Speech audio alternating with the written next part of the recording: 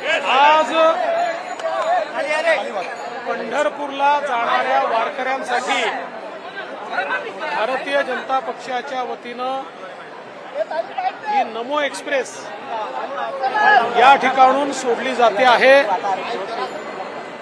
सन्माननीय मंगलप्रभात लोढाजी आणि आशिष शेलारजी यांनी पुढाकार घेऊन सर्व भाविकांकरता ही व्यवस्था केली आहे। आपल्या सर्वांना माहिती आहे की पंढरीची वारी हा मराठी माणसाचा सांस्कृतिक स्वाभिमान आहे, आध्यात्मिक स्वाभिमान आहे आणि विशेषतः ज्या वारकरी पंथाने भागवत ध्वजाची पताका शेकडो वर्ष उंच ठेवली, त्या भागवत धर्माचा सर्वात मोठा मेळा हा आपल्याला पंढरीला पाहायला मिळतो।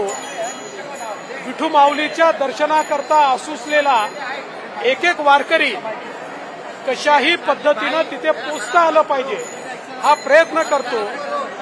आणि त्याच वेळी आमच्या मुंबईमधला जो वारकरी आहे, जो कुठे नोकरी करतोय, कुठे व्यवसाय करतोय, छोटं मोठं काम करतोय, पण मनामध्ये मात्र पंढरीची आस आहे आणि त्याला वाटतं मला जाता येईल का, त्यांच्याकरता ही व्यवस्था या ठिकाणी करण्यात आलेली आहे की त्यांनाही विठुरायाचं दर्शन हे त्या ठिकाणी मिळालं पाहिजे।